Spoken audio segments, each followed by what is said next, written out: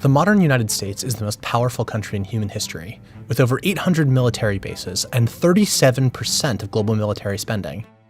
The US has become the leader of a vast, interconnected global system that has helped usher in an era of unprecedented prosperity and low levels of conflict. To understand America's position in the world, and why it's so pivotal for world politics as we know it, you have to go back to the country's founding, back to when America wasn't a global power in any sense of the word. During the first 70 years of its existence, the United States expanded in both territory and influence in North America, eventually reaching the Pacific Ocean, in a wave of expansionism that resulted in the wholesale slaughter of the indigenous people who populated the continent. But early Americans were deeply divided as to whether the country should expand beyond the Pacific and Atlantic Oceans. This became a major debate after the Civil War, when some leaders, like post-war Secretary of State Seward, argued that America should push to become a global power. Seward succeeded in pushing a plan to purchase Alaska from Russia, but his attempts to buy Greenland and Iceland, as well as annex territory in the Caribbean, were all blocked by Congress. That's because some Americans, including many on Capitol Hill, had a strong anti-imperialist bent. These people worried about America getting more involved in global politics, as well as having to integrate populations from quote-unquote inferior races. And this opposition implied major checks on the imperialist urge to expand. But something was happening in the late 1800s that would change the debate about American expansionism. The Industrial Revolution produced explosive economic growth, and the bigger US economy required a more centralized state and bureaucracy to manage the growing economy. Power became concentrated in the federal government, making it easier for expansionist presidents, like William McKinley, to unilaterally push American influence abroad. The key turning point came in 1898, when President McKinley dragged the country into war with Spain over Cuba, despite some intense domestic opposition. The rising United States easily defeated the moribund Spanish Empire, acquiring Puerto Rico, Guam, and the Philippines in the process. Over the next 2 years, the US would annex the Kingdom of Hawaii, Wake Island, and American Samoa. A few years later, the US took control of the Panama Canal Zone and sent troops to occupy the Dominican Republic. It also purchased the American Virgin Islands. This period of rapid acquisition of far-flung territories put the US on the map as a truly global power.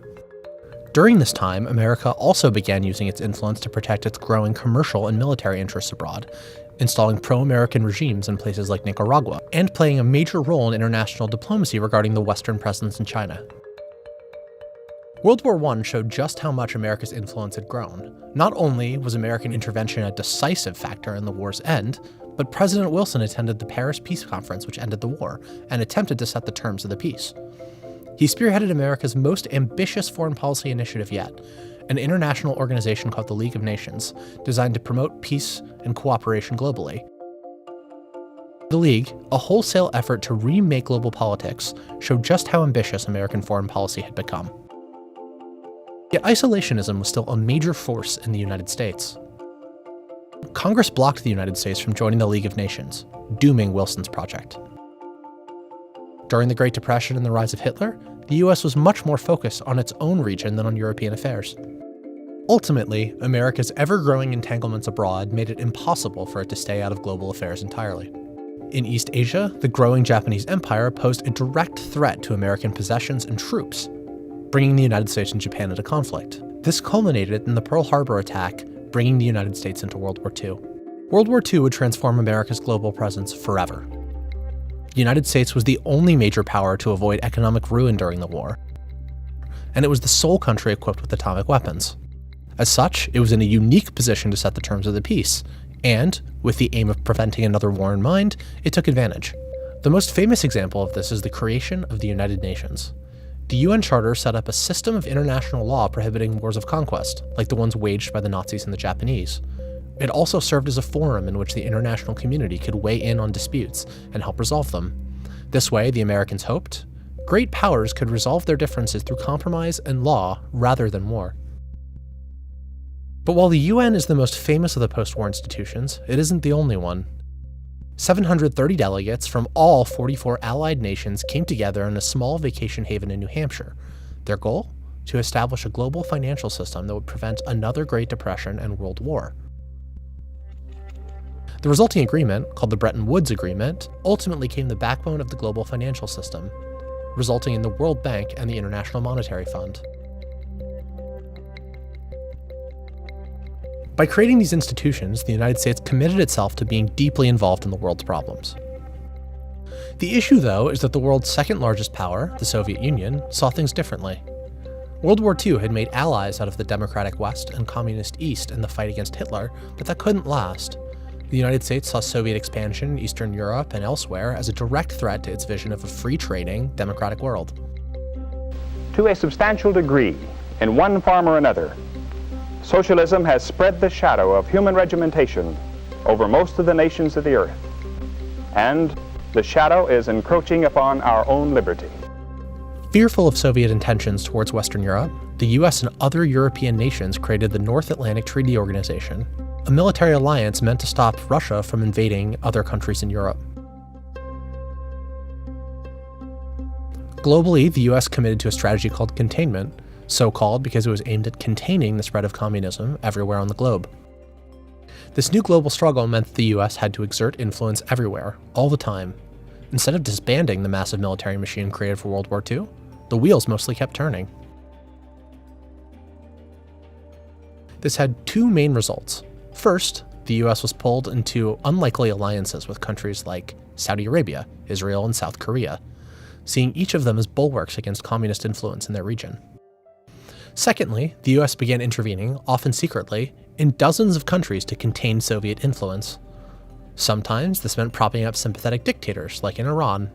Other times, it meant supplying rebels with arms and money, like in Afghanistan in 1979 and Nicaragua in 1985. Over the course of the Cold War, the US intervened in hundreds of disputes around the globe, ending up with a complicated set of alliances, tensions, and relationships in basically every corner of the Earth. After the Berlin Wall fell, the US could have withdrawn from the system, severing ties with its allies and drawing down the size of its military.